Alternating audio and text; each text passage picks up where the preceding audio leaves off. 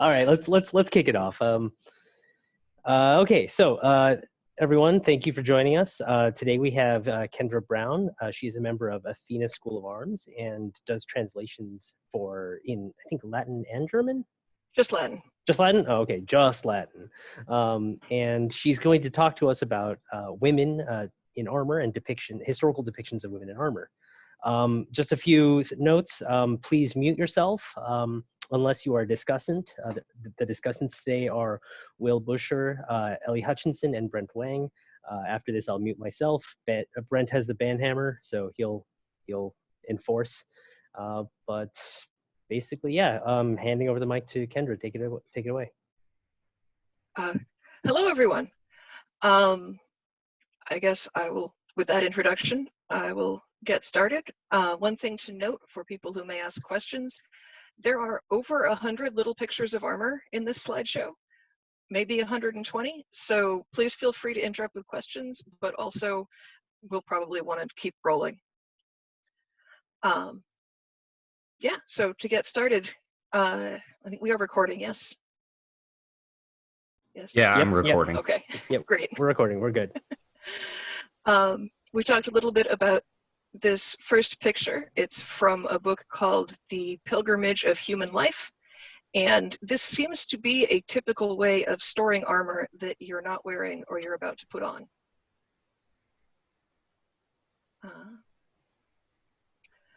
A little content warning. There's going to be a lot of very large buckets of blood. There's going to be a lot of whitewashed pictures, and the ones that aren't whitewashed are still also kind of weird. This is a hard topic to discuss without gender essentialism, but I will do my best. Here's a Minerva in the clouds giving you wisdom. So the general categories that I'll cover today are some examples of actual artifacts, some general trends in female armor in art, how we can guess whether we're looking at male armor or female armor, or something else, women who are not fictional, women who are legendary, women who are mythological, and a really cool miracle.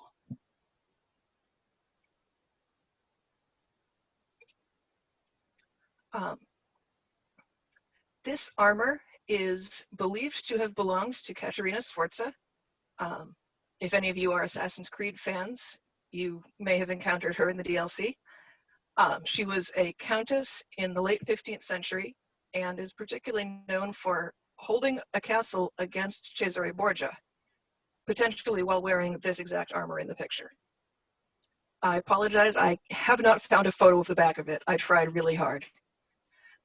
The picture, the text at the top is how the armor is described in a biography of her from 1898, which has the very curious feature that the author talks about armor for women like it was just a thing that he can recognize, and it was made for a while, then it wasn't.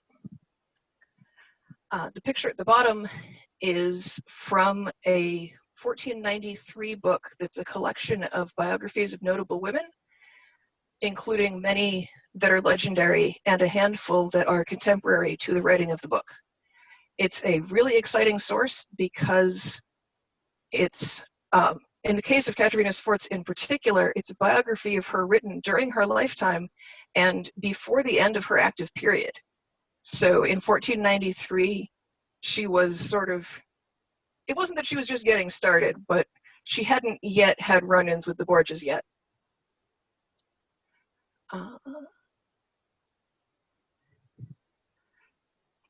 Next up, everyone always asks me about Joan of Arc. This helmet was preserved as a relic of Joan of Arc. There are a lot of questions about whether it actually was, but also in history, there's always questions about, was this cool thing really, did it really belong to a famous woman, or are we just pretending because women don't actually have armor? I can't speak to that. I have not studied armor and helmets enough to know if this could have been at the battle it was supposed to be at. But if you want to see it now, it is on display at the Met. That is the Metropolitan Museum of Art in New York City. And here is the promised mail collar, also called a mail standard. The picture on the left is from a series of portraits of notable women that may have been painted for Catherine of Aragon when she visited this particular chapel. They were then sort of bricked into the walls and hidden for a long time and were more recently revealed. They're interesting because the women that are named in the captions, the stories that go with those names don't always match up with the pictures. But you can see that she has this drapey mail mantle thing with a fancy gold edge, and it is fairly similar to the artifact in the photo on the right. This one is not a medieval artifact. You might be able to tell. This is, in fact, the dress that singer Rihanna wore to her birthday party in 2015. And the medieval art is a dress that must be really, really heavy, because she seems to have a full-length mail skirt under her 2 layers of ermine-lined robe and dress. The turtleneck of mail at the top more likely is a separate mail collar, and it's not that she has a whole full-body thing of mail, but that would also be pretty cool. Also note that her sleeves are plate armor that presumably is pointed to her shoulders, I guess. But this style of fancy dress and then armor sleeves and gauntlets is pretty common in this artwork. This illustration is from a well-known book in medieval times, which was a collection of biographies of women. The 1493 one I mentioned was actually an expansion of the original by Boccaccio. Because it was so popular, a lot of copies were made, and each copy has, basically every copy was illustrated by a different artist, which means that as you will see as we continue through these slides, there are a lot of examples of the same woman wearing armor, but drawn by different artists in different years.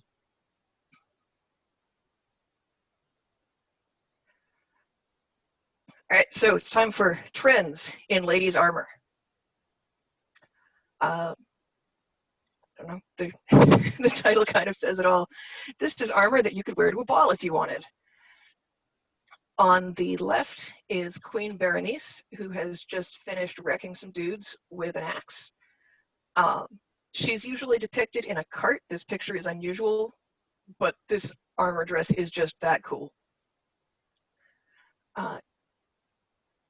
In the middle, I'm now wondering, why did I put this here? It's because she's not fully armored. Her bodice looks like it might be a dress with a fold attached to it, and shoulders and pauldrons and everything. But it is in fact hard to tell. And then on the right is the allegory of prowess, who has some totally nice armor under her green wrap, as well as little articulated sabatons. Here's some credit information for those. There's no quiz later. You don't have to take notes. I will release a PDF version of these slides so you can look up all of the references.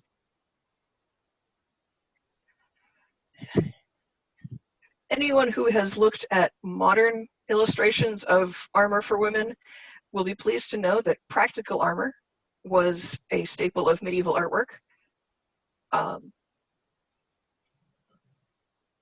On the left, sorry, I'm apparently really nervous and I don't know why. On the left is some Amazons besieging a castle. That's from Spicer Chronicle, I think, where there are women with practical dresses and practical armor right over their dresses. In the middle is an allegory of fortitude, who looks kind of like she's got like an apron and a headscarf, But in fact, if you look closer, the ties are not apron ties. They have little toes and claws, and the hood on her head is a lion's face. So, is it a reference to Hercules? maybe. Oh. Maybe. We'll come back to Hercules and the lion armor, and the lion's skin. But yes, allegory of fortitude. On the top, the strange-looking woodcut art is the first of many images of Minerva.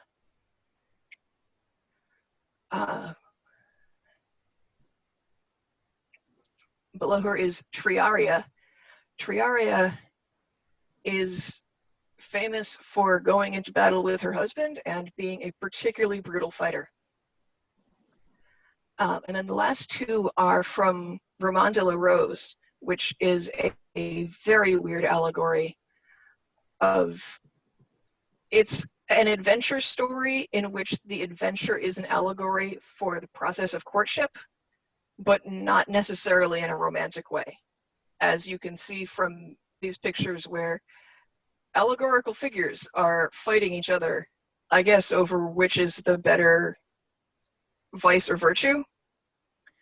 It's interesting that a lot of the negative allegories are women, but some of that is just linguistic necessity, that the allegorical figure should usually follow the grammatical gender of the word. And then at the bottom, the army of love, and in the background, the lover being beaten. I do not know what's going on in this scene at all. Wow. All right, so we got a question. So Elizabeth asks, is the lady kind of near the bottom with the face shield, the awesome face shield, is she wielding a pitchfork? That's kind of how it looks. I don't know at all. That artist is particularly imaginative with armor. He may also be imaginative with weapons and just make stuff up. Yeah, I mean, I've seen that face shield before in other depictions. I don't think there are any survivals, but yeah. And then fortitude with, she's got a club of some kind, like a, yes, some kind of, yeah. That again seems to be a Hercules reference.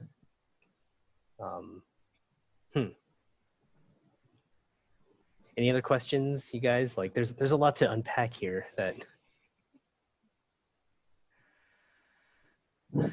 So here is some more from that fanciful artist who really likes the face shields, but also these very slender anime chest plates, often with strange ornamentation. If anyone came here hoping for medieval boob armor, don't worry, it's coming. This is Venus outside the gates addressing fear and shame with the castle, and then a different version of Minerva. The Minerva is from a book with the fascinating title, The Book of Moralized Chess Love.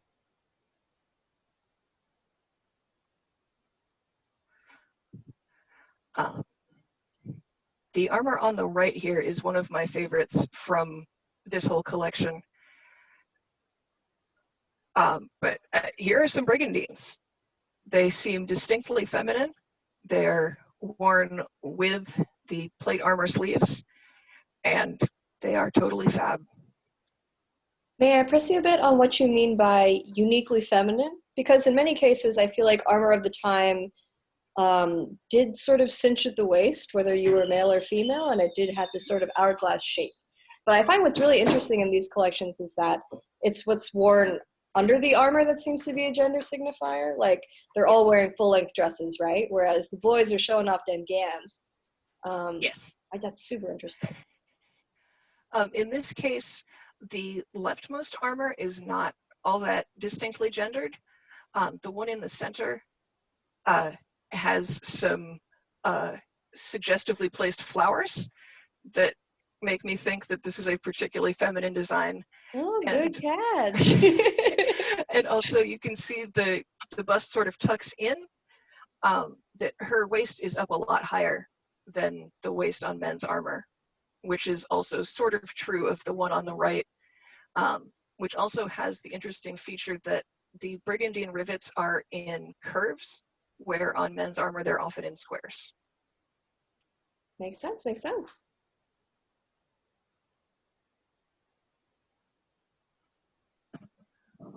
Sorry, Yep, am I imagining something? But there does also seem to be a suggestive kind of bump on the middle woman, almost like a pregnant look. I don't know if that's a thing, like a trope of the time. Looks like a hip to me, because the gal on the far right also seems to be not that hip. Yeah. But perhaps to Kendra's point, that's another quote quote like feminine suggestion here, is the way they're holding their bodies as well as the design of the armor. Yeah, and that pose with the shoulders back and the hips forward is very typical of a lot of this artwork.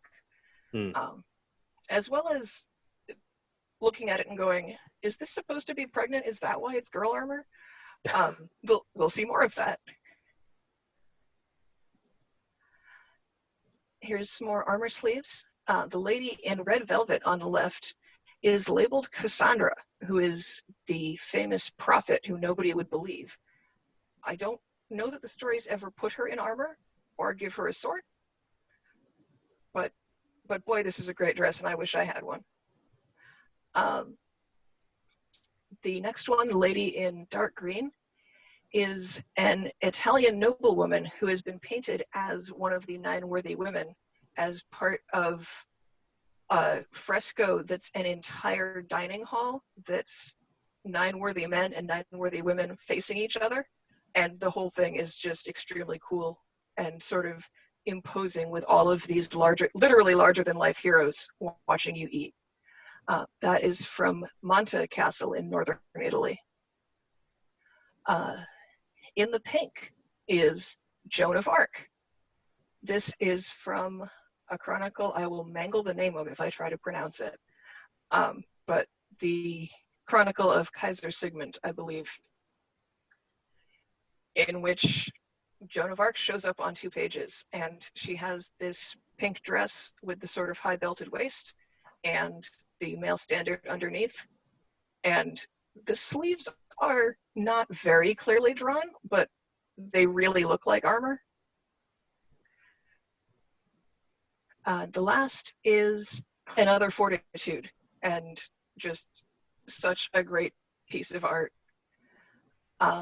This is also a fresco. Isn't the last Tomarus? It is. We will see a lot of Tomarus. Tomarus, I am frankly not at all sure. I'm not sure I've ever heard it said out loud. Yeah. But that particular picture, she just looks like such a practical go-getter, which is kind of atypical for art of Queen Tomarus. So here we are at medieval boob armor. What can we even say about this? On the left is a Queen of the Amazons. That picture is from Charles, you're probably going to know this word, and I'm not going to remember it. The book that's all of the coats of arms of lots of different families. A Wappenbook? Probably, yes. In German, at least. Yeah. Armorial is the English word I couldn't find, which I always want to be a book of lots of armor, and it never is. The next 2 are the same very fanciful artist whose name is Robinette Testard. Those are both from his copy of Boccaccio's On Famous Women. Oh, Chittister chimes in. He says Geschlechterbuch. Thank you. Thank you, Mike. In the red and the blue are some Amazons in battle. This is an example of what Elle mentioned. The length of the dresses is often a signifier. These are shorter than the Amazon Queen in green, but they are also longer than the men of the time are wearing.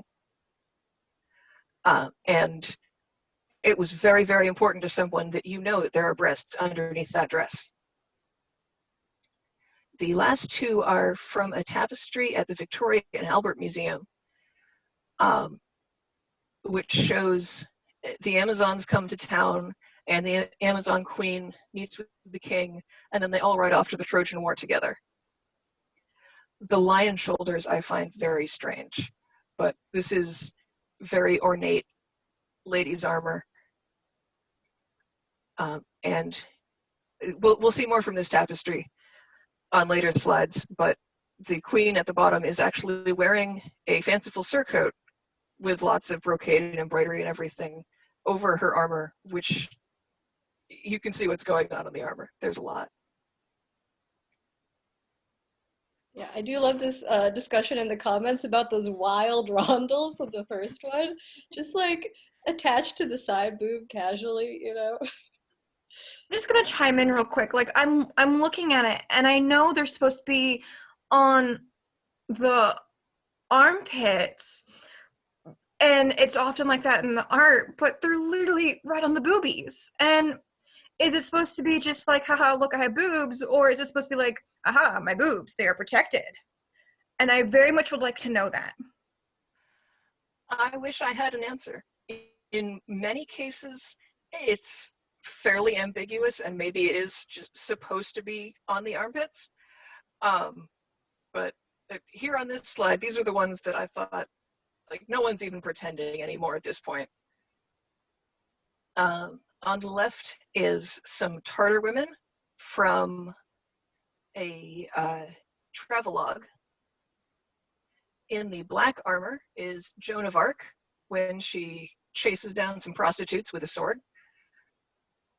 Her helmet is also interesting. It has the big sort of Princess Leia thing on the side, which is probably an echo of hairstyles that were fashionable at the time for women. So a way of making it distinctively feminine. However, her hair is down.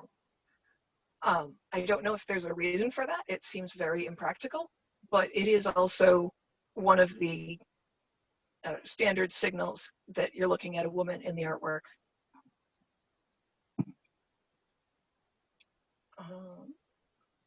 I do not remember who was in the third picture. And the fourth is Queen Zenobia, I think. And there you can see a nice example of that strange standing with the shoulders back pose. I think it's so common, it must have been one of these like art templates that the artists were using to more quickly duplicate their art faster, because there are just, in that book, there are so many women with exactly that body and exactly that pose and slightly different clothing. Do you find that male figures have the same posture, or is there a different template for their stance? The men are not usually leaning backward. I'll admit, I haven't looked at the men as much. I tend to get very sort of laser vision sometimes, and I know there's a lot of interest in a better comparison of like men and women from the same book or from the same artist. But in general, I think the men mostly stand up straight. And when there are repeating poses, it's more they're going and getting something, or they've got one leg stuck out like they're stepping.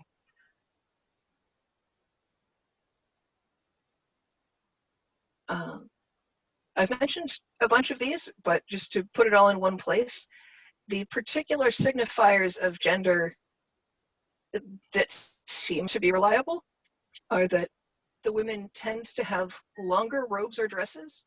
So if the men are wearing ankle-length robes, the women's will be floor length. But if the men are wearing knee length, maybe the women's are ankle length. The hair is usually a good indicator. If their hair is longer than their shoulders or is done up in fancy braids, this is probably a femme presenting person. However, this is imperfect. Headgear is very gendered. except for armor, because everyone needs to protect their head pretty much the same. But if you look at the picture on this side of Christine de Pizan sleeping at her desk, her very tall hat with the veil attached to it is very feminine, and men of this time would not wear hats like that. Sometimes, very conveniently, the art has labels in it, and sometimes the labels are readable, recognizable, and correct. It's great when that happens. Saintly attributes also are helpful, or attributes for non-saints, like Queen Tomyris often appears with her giant bucket of blood. And other context from the book will help. So if I'm flipping through a Boccaccio's on famous women, I can safely assume that the main person in each of the pictures is probably intended to present female. And there are other books that were copied many times where you can sort of use one as an index for the other, of if this picture is in between this name and that name, then it must be a picture of some particular thing. Here's some examples that are harder to figure out. On the left is Queen of the Amazons, but the thing that's interesting here is that her dress looks very much like a full-length robe that a man might wear for travel. It doesn't cover her feet, and her companion also, her feet are not covered. But the helmets, the shield are not at all gendered. It is also a hint that the rider in yellow is probably an Amazon queen, because Amazon queens are mostly the only people who have a female attendant bringing them armor. In the middle is another Amazon queen, but it's hard to tell which character is the Amazon here. And in fact, the institution that owns this book, in their catalog, has descriptions of all of the images, all the illustrations. And this one says it's all knights, that not ladies, no queens. However, if you look at the bottom of the image, there are some very hard to read letters, and some of them, broken up by the horse's foot, spell out queen. This book is in Old English, so it looks like it says queen, it really does. Confusingly, the next word is Polydamas, who is a male warrior from the Aeneid. I don't know how this mistake happened. So the label says there's got to be a queen here somewhere. And the other hint is, you can see that the two knights have crowns.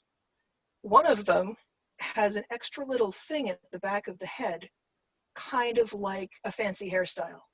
So I'm pretty sure that the closer one is the Amazon queen.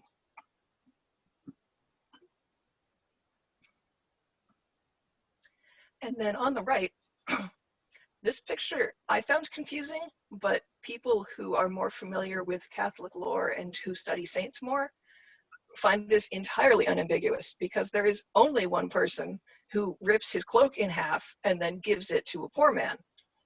This must be Saint Martin.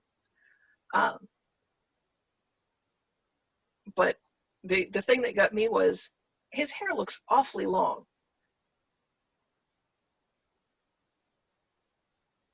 I will say that it doesn't seem to go down his back, though, and that, I think, is Right. the key, right? Where there's a lot of very effeminate-looking saints. Yes, exactly. There are a handful of women who were notable in their times and who definitely or probably wore armor during their combative adventures. Most notably, Queen Isabella, who you may remember as the very bored wife in Braveheart. And then everyone in this entire century was named Jeanne. So Jeanne of Flanders was the Countess of Montfort.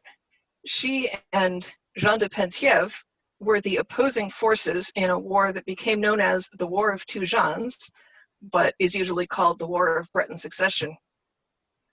Jeanne de Belleville was also involved in the same war in which her husband was killed, and that's why she went and became a privateer or maybe a pirate. It's hard to say, because she famously showed no mercy to aristocrats. And maybe the most famous of the medieval Jeannes, Joan of Arc.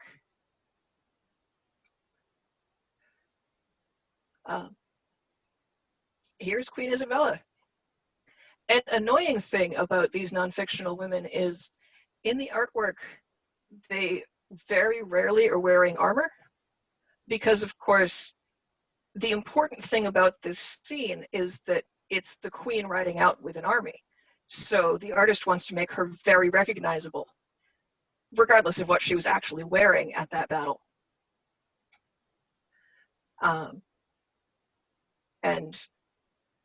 in that sense, the image on the right is unusual, but I don't know, it seems to be armor for wearing with a dress. It's also this very strange grisaille art style in which gray is the most exciting color in the world. Medieval people had strange taste.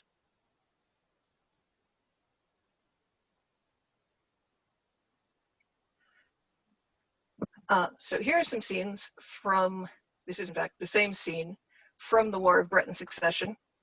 This is the siege at Hennebont, and this is how Jeanne of Flanders got the nickname Jeanne of Flame, because seeing that the castle was besieged, she realized that the attacking army was completely focused on the front of the castle. And so if she snuck out the back of the castle, she could go around the back of their camp, light the entire thing on fire, and then ride away into the night to go find herself an army. And that is what's being depicted here. The siege part is fairly self-explanatory. There's a castle with an army outside.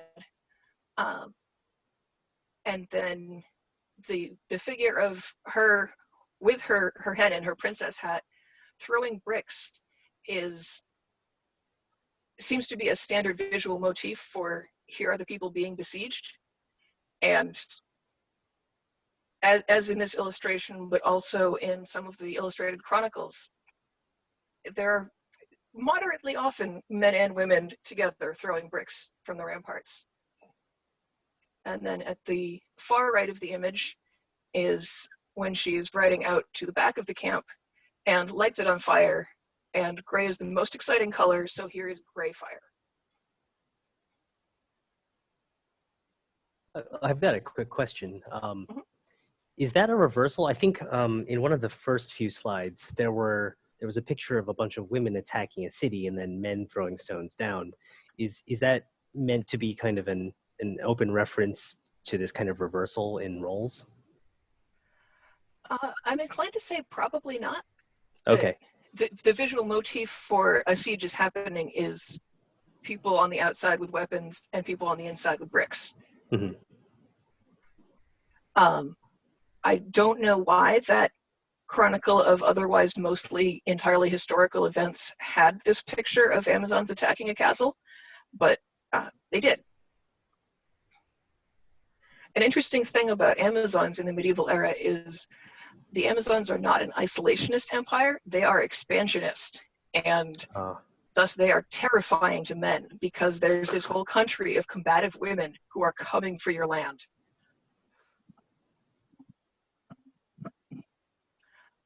After the incident with lighting the camp on fire and going to find a whole new army, Jeanne of Flanders ended up going to England to seek support from the English king. That's not actually what these boat scenes are showing, but I have not read far enough in the chronicle to actually know what battle is going on here. This is two versions of the same scene from two different copies of Froissart's Chronicles. I don't know what to say about these. These are cool pictures. On the left is she's wearing a very feminine and very distinctive and heraldic surcoat over what looks like pretty standard armor. And then on the right, she's got a lot more of the princess look happening.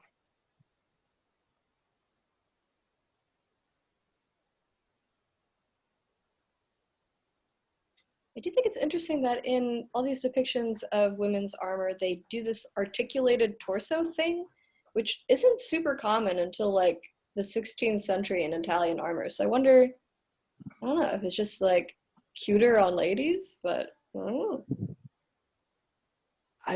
Yeah, you know better than I do in that case. This is some other images related to the Breton War of Succession. The ladies in purple and blue, in purple is Joanna of Flanders again, labeled the Countess of Montfort. And I don't know why she's facing off with Jeanne of Bavaria, who is modernly known under a different name that I wrote down on the next slide. But they're not enemies, they're not on opposing sides, but also the text is hard to read and I don't read French, so we may never know. Maybe one of you will know. The other picture that looks like a rockin' party is the last picture in a chronicle of the Breton War, which I had thought might be a dramatis personae of the whole war, since I discovered in the course of this research that there were so very many interesting women leading factions. But this is in fact the chronicler presenting the chronicle to his patron, and so I guess the rest are the patron's household. But this is also interesting because it was a full page illustration. Most of the pictures I've shown you are tiny, they're like inches tall. But this one is basically full page, and so it has a lot more detail and a lot more shading in the faces, and it's a lot more realistic, which seems unusual for manuscript art.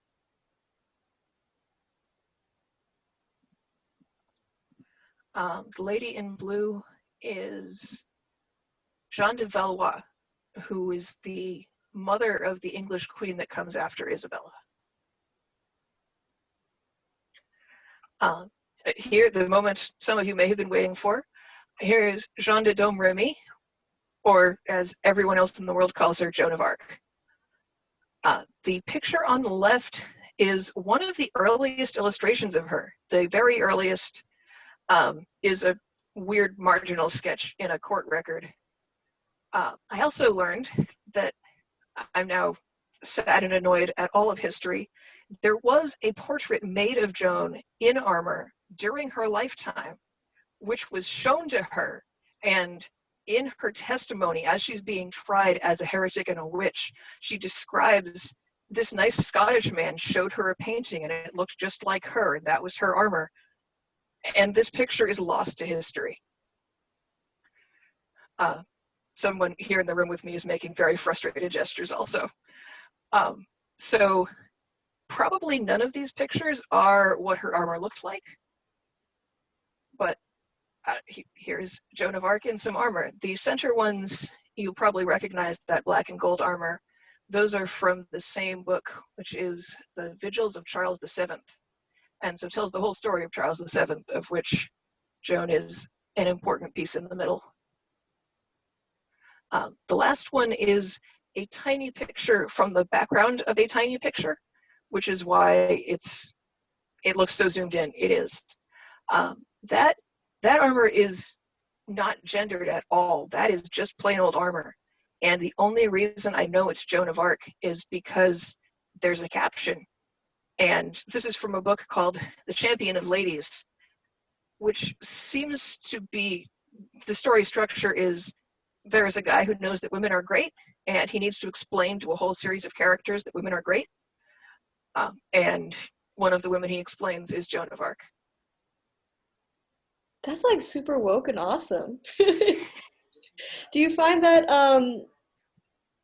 these depictions are all very, how do you say, celebratory of female strength? Like, do you find that the male gaze is like, yes, women queens, right? Or is it, I don't know, I just find that super interesting that there's a whole book dedicated to, let me lay it down for you, why women are awesome. People have written theses and dissertations about that question, in fact. As a sort of just format of a book at this time, having a collection of little stories with a theme like all stories about women or stories from mythology but framed as history is just a standard way of making books at this time. And so there are a lot of books that take the form of stories of interesting women. And some of them are more male gaze, some of them are less. The ones that are less are often written by women, most notably Christine de Pizan's City of Ladies is one of these collections of, here's a lot of women you should know about. And so that particular one can be very directly compared to Boccaccio, is the most common example, to see, just spell it out, what is the male gaze? We'll see some artwork that shines some light on this too a little later on. I have not read Champion of Ladies. I don't even know if there's a translation of it, so I can't say which side that one falls on. Okay, that was the non-fictional women. Next up are a whole lot of legendary ladies. I think my drink is empty. The Nine Worthy Women was a common motif, especially for frescoes and collections of paintings of heroes, because it's really great to fill up a whole big wall. This is a manuscript example from a book that was written by a knight after he had been away on campaign and held captive for a while. And he got back and wrote a book that I'm not sure it's exactly a book of all of his adventures, but also it is a little bit. It's interesting in that it has a lot of legendary female figures showing up as allegories and as visions. And here are their names spelled out in the modern way. We'll be seeing more of most of these figures. So, all right, here's another rockin' party. This is a collection of queens. Semiramis is the founder of the city of Babylon, but also is said to have received an important letter in the middle of doing her hair, and having read the letter, she needed to go to war right away. And so she went to war with her hair half done. And you can see here, her combing her hair is sort of a standard motif that you can use to recognize this is Semiramis, and the text will be talking about her. And then the woodcut with one braid and then the hair loose. The one at the bottom is labeled Semiramis, but doesn't have any of the usual visual indicators. As well as the red, green, and bronze armor with the very low resolution. That is from a manuscript held at the New York Public Library. And without the label, it would be hard to say who it was, but it was labeled Semiramis. In the middle, in the cart, is Queen Berenice. Her sons were killed, and so she went and killed the killers and then ran them over with a cart. So this is the same lady as was on the Battles to Ballgowns slide. She is recognizable because she often is in a wagon, and even when she's not, she is holding a great big axe. Similar to the next one over in green, this is Triaria. I don't really know the rest of her story, except that she was known for being violent in battle. And then on the right, two examples of, so these are clearly books that were using the same layout. I don't know if one was copied from the other. and a nice example of that strange shoulders back, hips forward pose. The steel armor with the sort of gold dangly epaulette things is also very common. You can see Triaria also has it.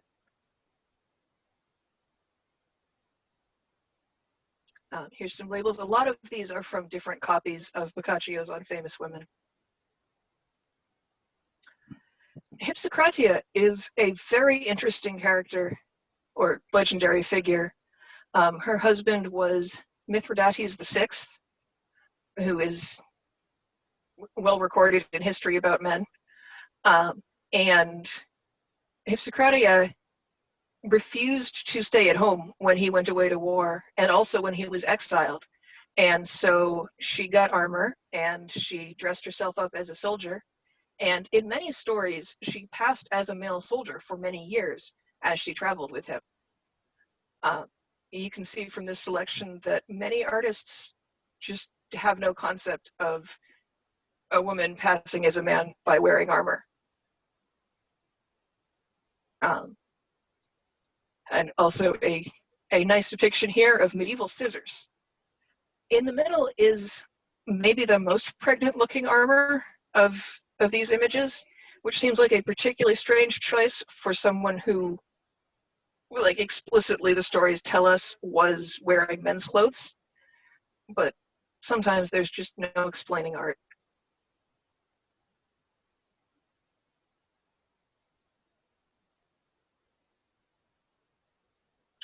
Zenobia was the queen of Palmyra, which is in modern Syria, which raises some very complicated questions about the way race is depicted in medieval art.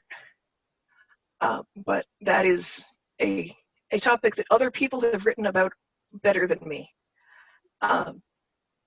Zenobia is often depicted hunting, partly because it makes her look like a badass, but I think also partly because it relates her to medieval people and their hobbies, and is sort of a way of saying she had aristocratic hobbies in Syria, just like you have in France and Germany and Italy.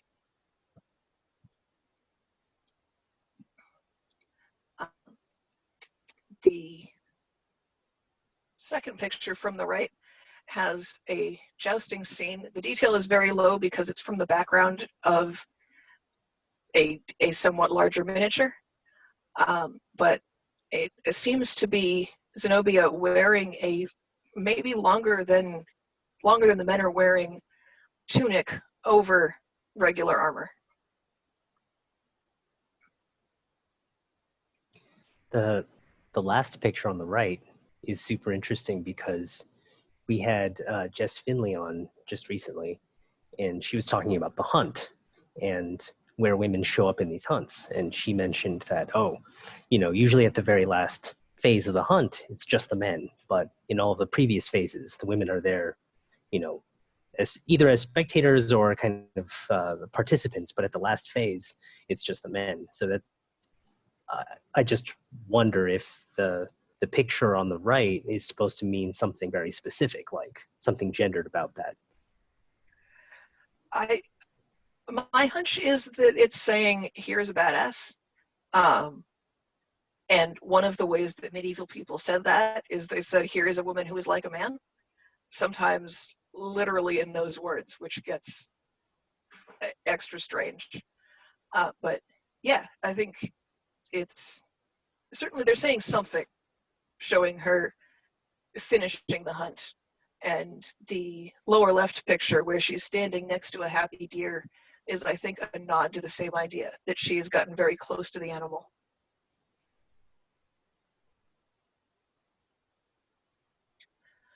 As promised, here is Queen Jamiris and her many buckets of blood.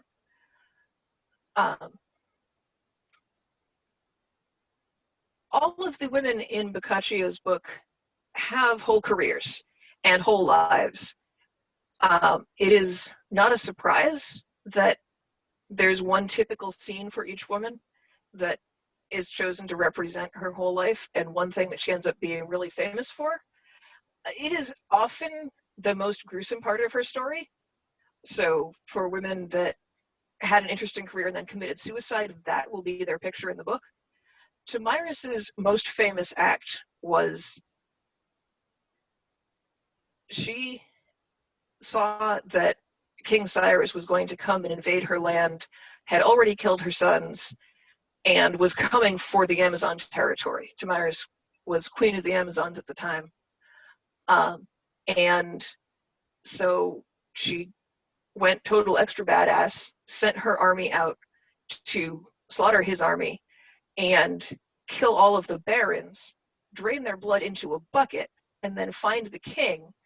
And it is said that she held the head up and said, "I'm told you have an unquenchable thirst for blood. Here is blood for you," and dunks his severed head in a bucket. So this is totally an awesome scene, and you can see why people are fascinated by it, but also she did all kinds of other cool stuff. Yeah, here's a lot of blood buckets. So all of these are from Boccaccio's famous women, from different copies. So let's look at these and think, here is a male gaze on the scene with the blood bucket.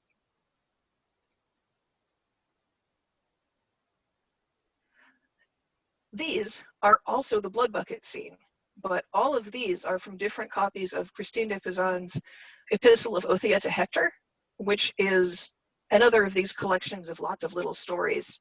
But in this case, Othia is sort of a mystical figure who is telling Hector things he needs to know to be a good leader through sort of parables, except the parables are all from mythology and legendary history.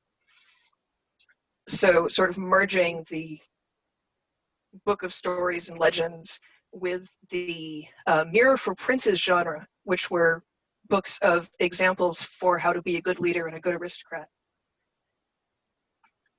In these, Tomyris has her throne out in the field with her, and she's surrounded by other women who are presumably not just her attendants, but you can see in many cases they are armed and well-dressed and sort of the rest of her squad, and is not depicted as bloodthirsty here exactly. The most sort of bloodthirsty looking one is the one on the lower right, where it looks like she's about to say, "Go ahead and kill that guy." That copy is particularly interesting because that is a Christine de Pizan book that some dude decided to make a copy of and paint himself as the author, removed her name from it every time it showed up, and put himself up as the creator of this book. So it's extra interesting that that copy has these, the illustrations are just like a little bit less woke and a little bit less feminist.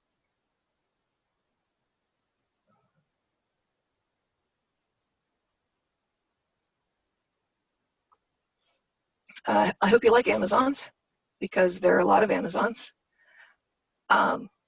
There are two pairs of Amazons that are often grouped together, Marpesia and Lampedo.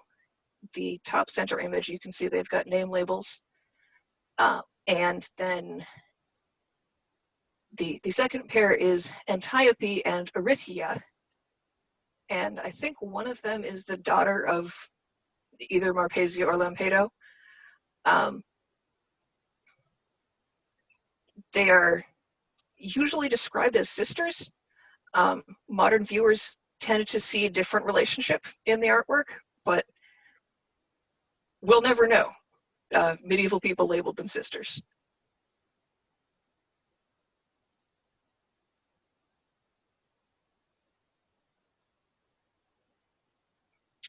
And Penthesilea is the most famous to medieval people of the Amazon queens. She got famous in part because she has a couple of scenes in the medieval version of the Trojan War story. And so is shown like on the way to a famous battle or participating in a famous battle.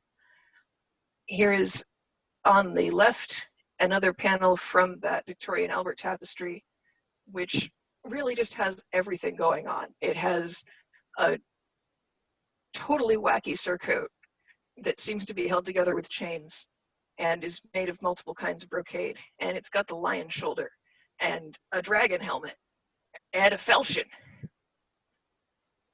And I don't know what is up with that visor. But you know, if you're gonna go to battle, you gotta dress for it. The red armor in the middle is also a tapestry. I don't know a lot about it, partly because it's held in a city where there is a major tapestry museum. So it's actually impossible to find any other tapestry near there.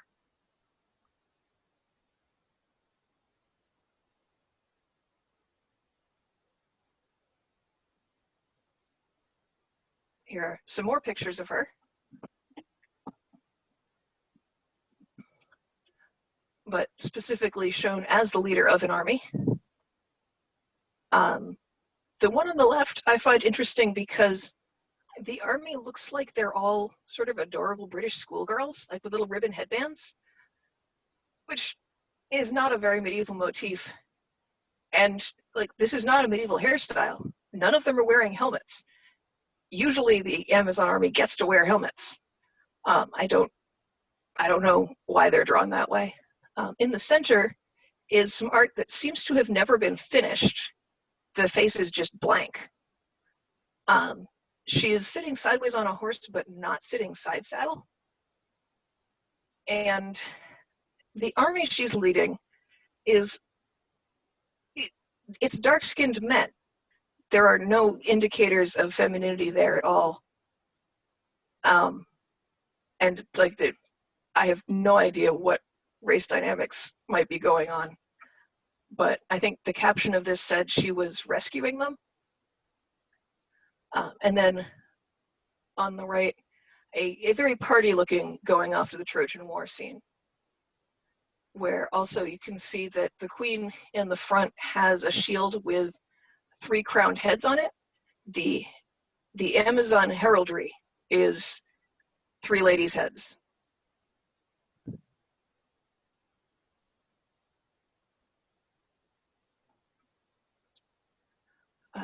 Even more Amazons. On the left is one of not that many pictures of women jousting or riding with lances anyway, wearing women's clothing, full-length dresses, and also riding. I'm told that you would never actually ride a horse while dressed this way. You just kind of can't, because usually riding in a dress means riding side saddle, and jousting side saddle is not at all a thing.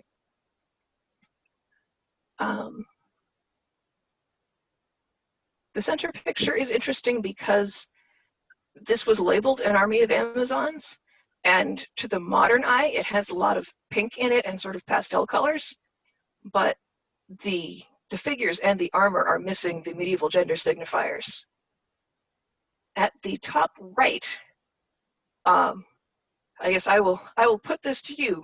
Here is the pop quiz for the audience.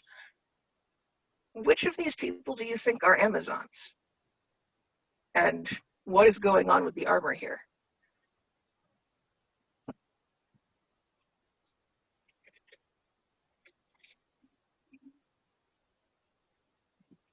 So I promised earlier that we would come back to the idea of Hercules and the lion's skin. And the scene that is shown here is, it's actually the same scene as the picture below it. A time when the Amazons were ready for battle, but the battle wasn't going to happen yet. They weren't at the field. And they knew that the opposing army had 2 champions, Hercules and Theseus. And so 2 of the Amazons said, you know, we can settle this without all the whole bloody war battlefield thing. And without permission, rode over to challenge the 2 heroes. And in fact, unhorsed them. The Amazons did not win the entire encounter, the men apparently were better ground fighters. Christine de Pizan notes of this story that some will tell you that Hercules' horse turned its ankle and that's why he got unhorsed. Some will tell you. You can tell this is Hercules because he is wearing hairy armor. The figure on the left in the brown armor is Hercules. It took me a long time and multiple rounds of research to figure this out because it also looks a lot like the way long hair is drawn.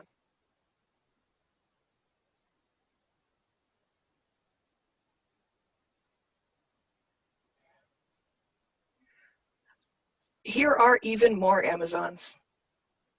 I'm not even sure if I have more things to say about Amazons. The picture at the lower right is an interesting art style, but here the way you can tell which fighters are Amazons is that they have pairs of braids coming out the backs of their helmets, which is maybe the most realistic depiction I've seen yet of having your hair coming out of your helmet. Like having your long hair loose and then you're sticking a helmet on it sounds like the worst plan ever. So apparently these Amazons use sensible braids.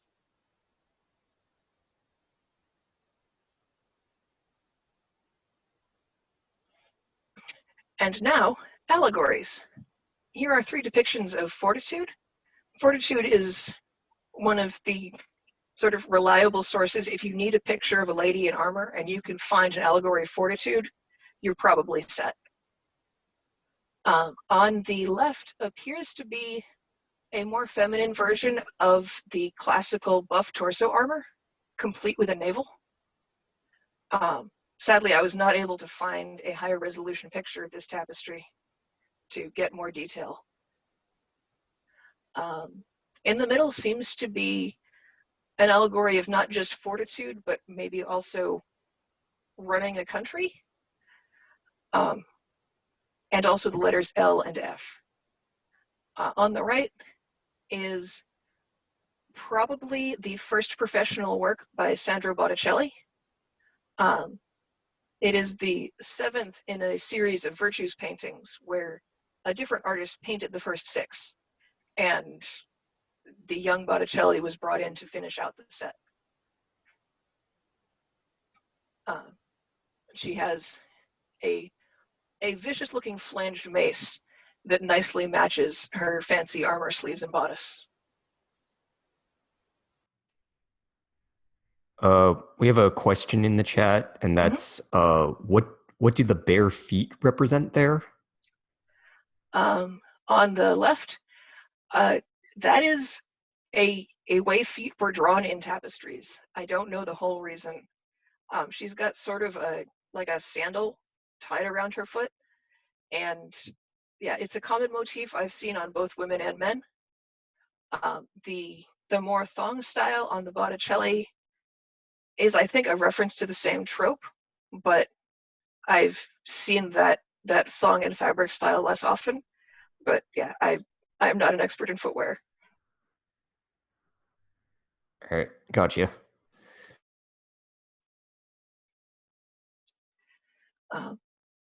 Here is Justice. The picture on the left is interesting because it's an allegory scene, but it's from toward the end of the Vigils of Charles VII, which is a book mostly of verifiable history. And here is Justice with cool armor sleeves and mitten gauntlets. I also don't know what's up with the guy who's holding his surcoat out away from him.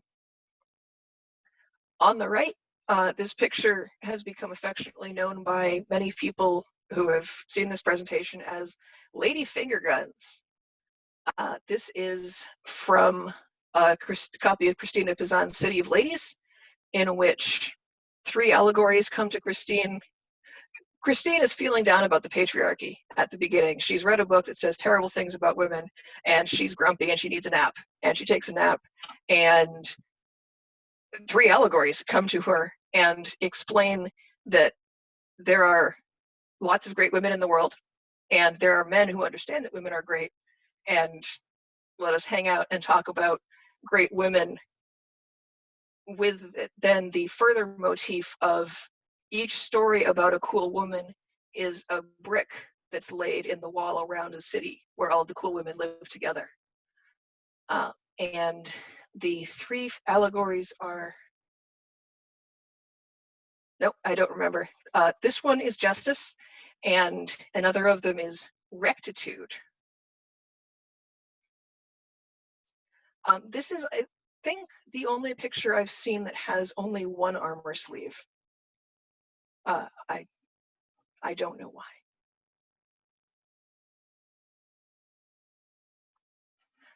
Another Pizan scene from Pizan's book, The Road of Long Learning, which has the recurring motif that Christine in her dream is brought to a vision of heaven, which is this multi-throne room, and the women in the room form the court of reason, and so they, in front of Christine, debate important ideas. One of the members of the court of reason is Chivalry, who is wearing slightly different armor each time Christine comes back into the court of reason. So here are a bunch of different, like these images then form a collection of similar but distinct armors from in the same context by the same artist. And there are sort of close variations on each other. You can see the two on the left have, at the very least, the same very round elbows. And then by a different artist, there are the two with green dresses on the right that look like pretty much the same armor, but the dress has changed. So there was a question in the chat about the rightmost picture. There seems to be a woman who's using a guy as a footrest, apparently. Like, what's up with that? The only thing I know, I have not read this book, but the defeated man underfoot is a staple motif that we even see in Fiore's book. There's all of the different guys who are good at dagger fighting, and one of them is standing on a dude. So yeah, that's a defeated king. Gotcha.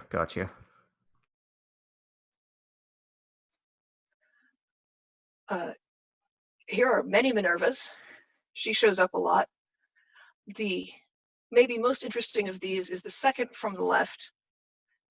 Many of them are from the Epistle of Othea or Boccaccio's famous women, but the second from the left with the sort of bright sunshiny colors is from yet another Christine de Pizan book, which is her book of the deeds of arms and chivalry. And at the beginning, there was a common medieval practice. Writing a book that was your own ideas out of your own head was not impressive. Like, anyone can make up ideas and write them down. So you had to, early in your book, establish what your knowledge and authority was based on that was older than you. And so often, a writer might reference or borrow large pieces of, or borrow just a title from a famous former earlier scholar. Christine de Pizan just goes all in, and so begins her book with, Minerva came to me and said, Christine, you've got to write a book about chivalry.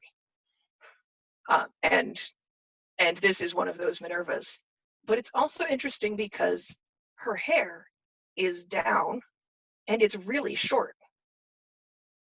This is not a medieval hairstyle. And yet, here it is in medieval art.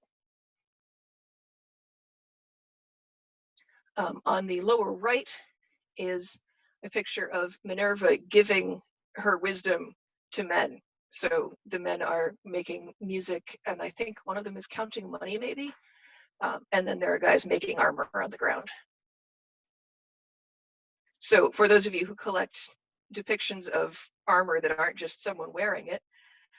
If you look for pictures of Minerva, you will find a fair number of these showing craftsmen making armor.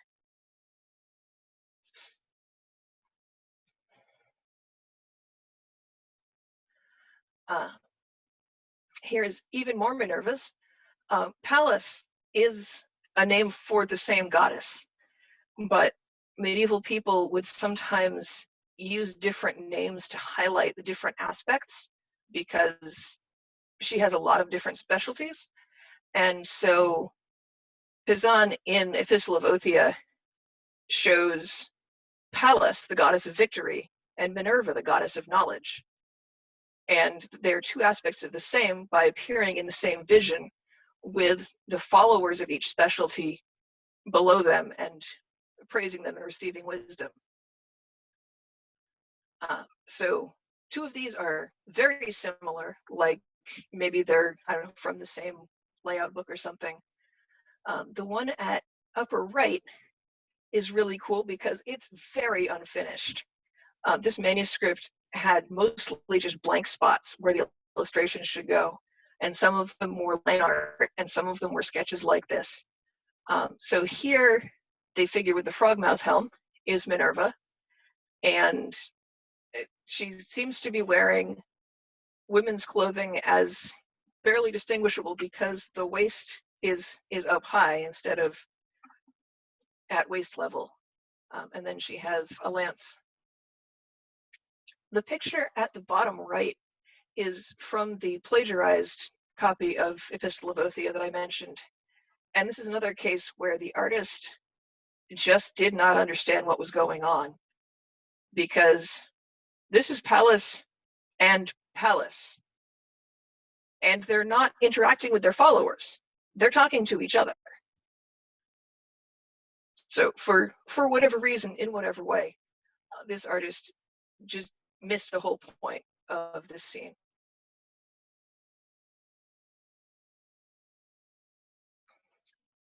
All right, and now we come to the coolest miracle.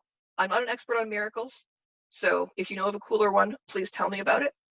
Don't quote me, I'm not an expert, but this one's pretty cool. So once upon a time, there was a knight who really liked the Virgin Mary and said a lot of prayers to her, devoted his life to her when he wasn't doing knight stuff. And one day he was going off to a tournament and had his squire along. And on the way by the road, he saw a shrine to Mary, and he just really needed to pray. And so he did. And then the priest said, I'm about to give mass, and I think you'll really like it. You should stick around. And the squire said, we got a tournament. And the knight, Sir Walter von Burbach, decided to stay for mass. And when he finally left, it was too late to get to the tournament. The tournament was over, and then he and the squire saw a bunch of people coming towards them who looked like people from the tournament, like with armor and with their gear. And they all came up to Walter, and they start negotiating terms of ransom with him because someone wearing his heraldry mopped the floor with all of them. And Walter said, I see what has happened. The Virgin Mary stole my armor and went to the tournament and fought in my place and committed feats of combat not seen in mortal men. And because of this, Walter said, I will devote my life to her, and I will stop being a knight and fighting in tournaments because I can't top this. So that's what you see in the picture here. The Virgin Mary has her hair down, as well as a crown and a halo, and is wearing armor that I'm sure is not called chainmail footy pajamas, but it looks like chainmail footy pajamas. A particularly interesting thing about this story is that Walter von Burbach is a well-documented person. He went on to become a monk, as he promised he would, and then became something like a quartermaster, but for a monastery, And so he is actually studied by scholars of the history of hospitality, because his records of how he helped guests at the monastery are, the beginning of hospitality. Probably not the beginning, but in the early history. And stories of Walter's life include a further delightful collection of rather odd miracles that happened to him. And I don't know, he's a real guy. He experienced all of these things, including, apparently, Mary stole his armor and went to a tournament. Yeah, that's Sir Walter. Who I always call him Sir Walter, and I shouldn't. He stopped using the Sir when he became a monk. So that is all of my stories. Have you any questions? Yeah, Kendra, I got a couple of interesting observations. First of all, thanks a lot. This is amazing. I noticed that the arm harness on these depictions of women in armor seem to kind of be consistent. It's not like they're not stylized like other parts of the armor can be. I don't know. I just noticed that, and I'm not sure if there's anything else there, but I thought that was interesting. Because we see the segmented torso armor, for example, that Ellie pointed out is not something that's contemporary to a lot of these depictions. But the arm harness seems to be contemporary a lot of the time. So I don't know. Interesting, right? I wonder if some of what that means is the artists didn't want to draw arm harness that didn't work. Like, everyone knows your arms have to still work. Yeah, sure. Yeah, maybe, if you change the torso doesn't need to be articulated, but you need to have big round elbows. The one variation you do see is the pauldrons. Sometimes they're that gold fringy stuff, but there are a fair number of examples that I think many of them just didn't get included, of the lion faces. So a little more fanciful, but yeah, still very functional looking. Yeah, and that was all that. So that's another observation I saw, that there's the difference between the heroic armor and I guess the contemporary armor, or the normal quote armor, right? Some of our viewers might not be aware of that. Would you mind touching on that a little bit?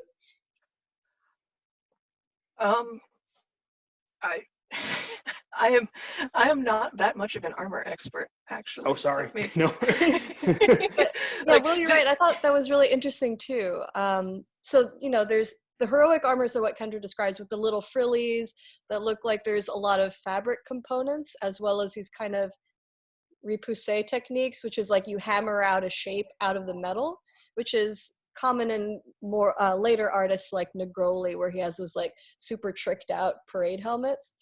But even an example here in the second example, that's what we would kind of consider a quote heroic armor, where there's all these sculptural elements in the piece, and they're often redder or golder, bronzy colors rather than silver or steel But I thought that was interesting too, where it was basically there's these two tropes of definitely fantasy, and fantasy armor looks like this, and then definitely real armor, and real armor looks like this. But I thought that's the two scripts were interesting, how no one really what if fantasy armor looked like something else, right? It was always these two kind of themes.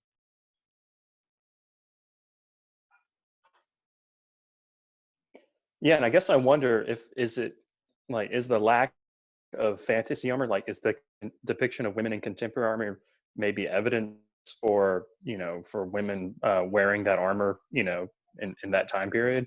I don't know. I don't know if I would be comfortable going that far. That is the question everyone wants to know, and I don't think we ever will. Not least because if there were artifacts, they might not, unless they have a little nameplate on them or something, we might never know.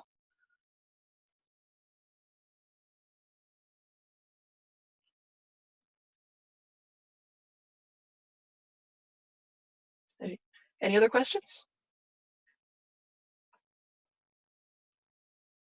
I know it's a lot to process. What's your favorite picture? I think my single most favorite picture is probably the burgundy and gold ball gown that is way back at the beginning. So I don't know if I can browse there very fast. Go, go, go. Oh, there's a way to go back faster. This one, like if I could have any armor I wanted, and and have it be like battle ready and wear it to a tournament, if I could have this, I totally would. I don't know that it's very protective, but it looks awesome. If I needed something more protective, I would pick. Let me see if I can find Which it. image on that slide?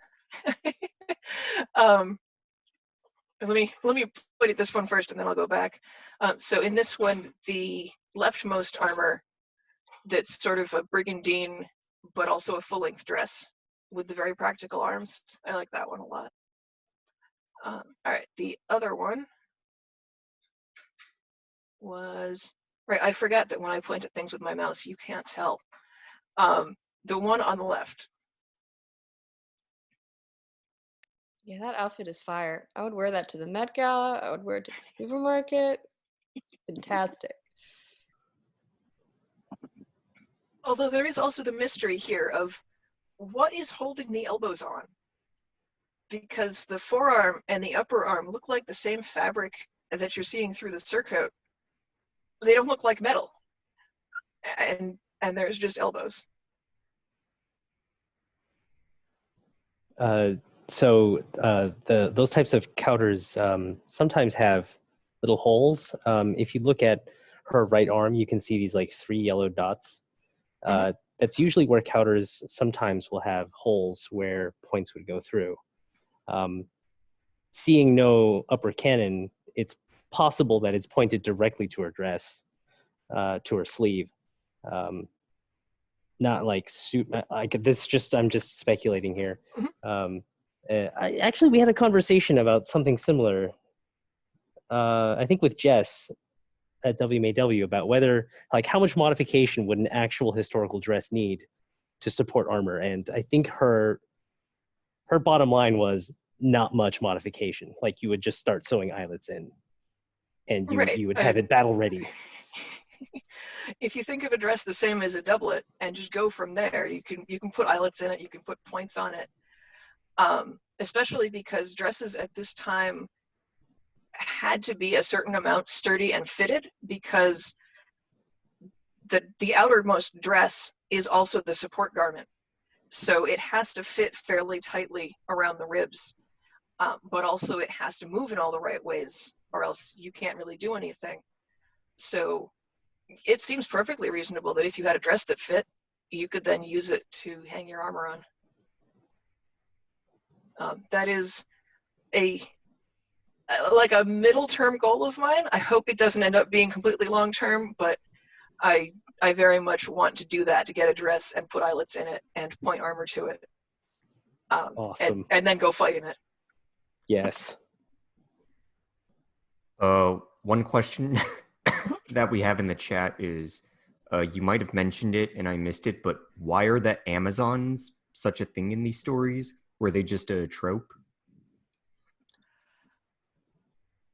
What an excellent question. And it's hard to answer, because to us, they're a mostly fictional trope. And it seems like to medieval people, they were very real. They were a piece of history. And at some point in the past, there was this country and army of women that was going around with expansionist tactics and attacking other countries. So they're not as big and real as like the Greeks or the Trojans, but I don't know, that's the kind of image they are, is a country. There's a lot of them here. Like, you're seeing a very disproportionate amount of Amazons, because Amazons are the most common time that women wear armor in pictures. But yeah, they were a trope, and some of this is the male gaze again. The idea of a society without men was just endlessly fascinating, but also deeply threatening to male medieval writers.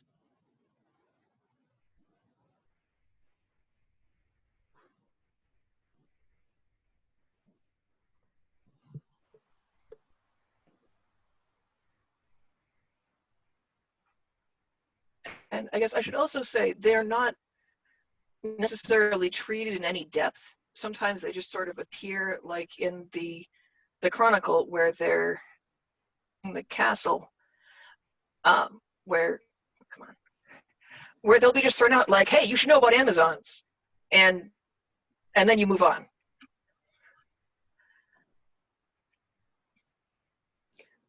We've got a question down below. So Rebecca Garber asks, have you looked at the Battle of Virtues and Vices in the Psychomachia? Probably mangled that.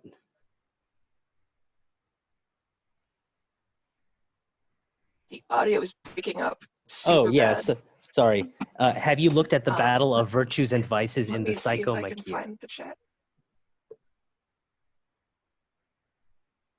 I have not. Hmm. I don't. There are a lot of books that may have more pictures of armor ladies that I haven't read, but I'm trying to resist the temptation because also I would kind of like to research other topics ever, and this is just such a rich and endless rabbit hole. So Rebecca, I know, has other research to do also, but if there's anyone who's looking for a research project and is excited about this, please dive in, because there is so much to work with, and people want to see it.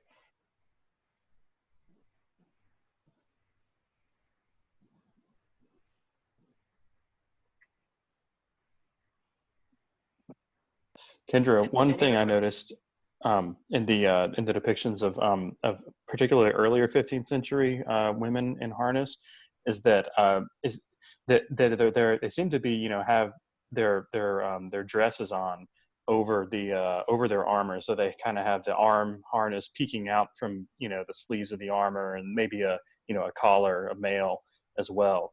That struck me as it's very similar to contemporary male harness, like men in harness as well, because men also have sort of that same style, especially in the German and French areas, where they have like a soft, you know, garment on, and then underneath that seems to be their actual armor. So you see like their arms and their hands peeking out from their sleeves and things like that. Except that it seemed to me the difference was with women, they were wearing, you know, female gendered you know, clothing as opposed to male gendered clothing.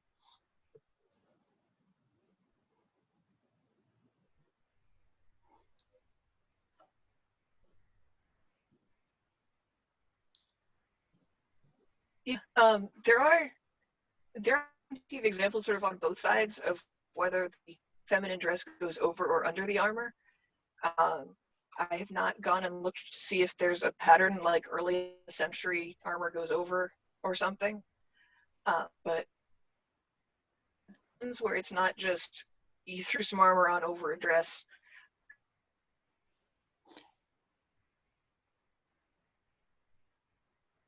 Yeah, I can't tell if my audio is.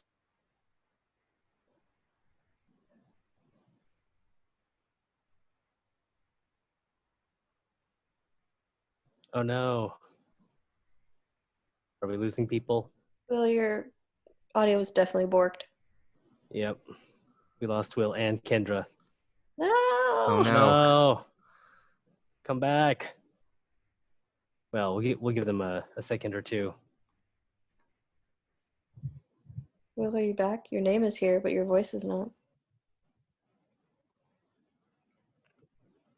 Kendra says she's trying to get back in. Oh, okay. Cool. Okay, it's good to hear. Oh, look, it's next week's lecturer. How's it going, Mike? Is that happening next week? Is it? I don't know. My slides at some point. But you don't just, you know, do it by muscle memory? Sort of, but also that I've only given that presentation like twice ever. And I missed Now both of 3 them. times. And all of them were in September of last year, so I don't really remember it that well. Now, if you'd asked me to talk about Lichtenauer, I can do that one basically in my sleep, even though it changes every year. But other ones I do have to brush up a bit. Yeah. Well, so Also, I'm while not sure I agree with what I said last year anymore either, but hopefully I do. yeah, that's why we got to keep checking in with you. Oh, Kendra's back. Yeah, I am. Perfect. Are there more questions? I'll ask an open question, I guess.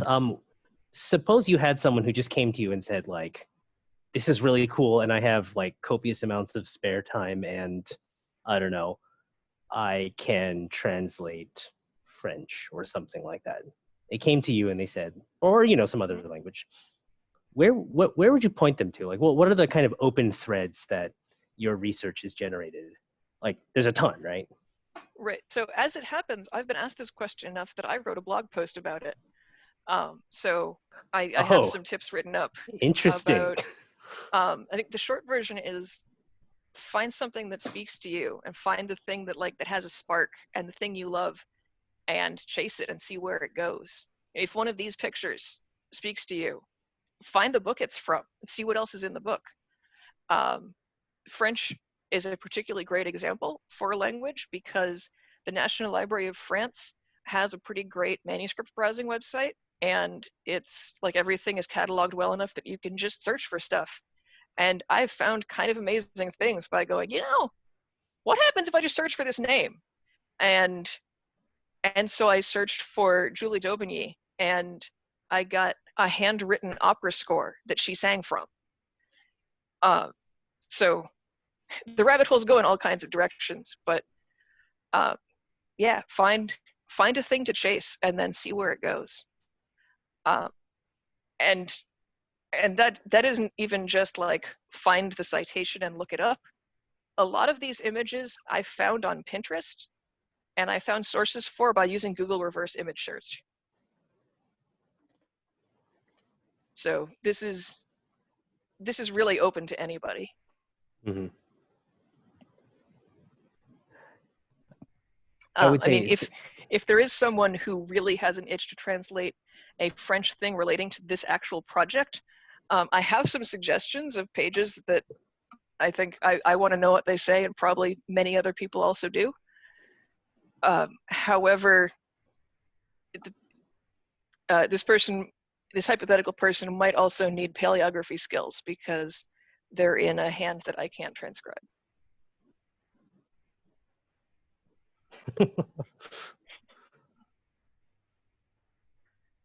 Cool.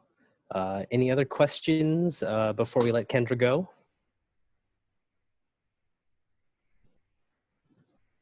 What was the most surprising thing during the course of this research?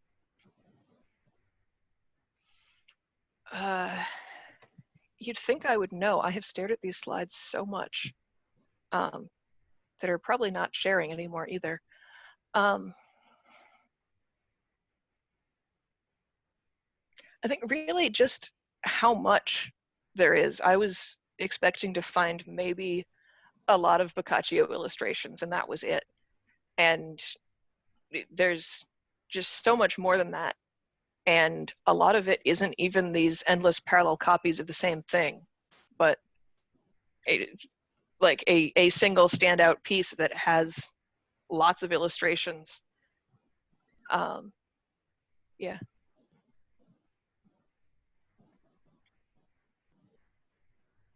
Cool. All right. Well, seeing no other questions, I just want to take a moment to thank you, Kendra, for your time. And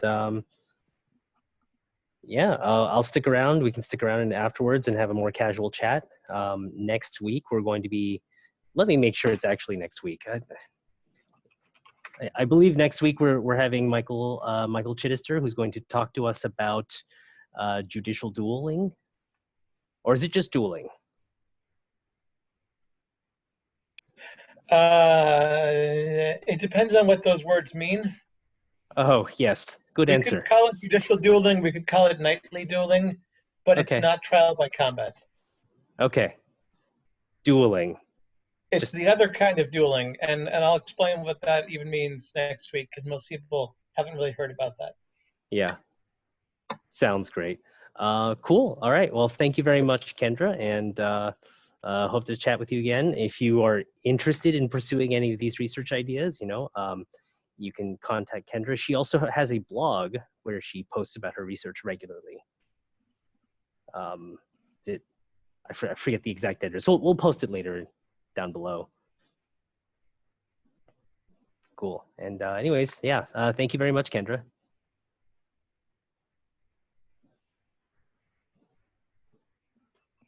I think my internet's gone dodgy again, but thanks for inviting me. This was great.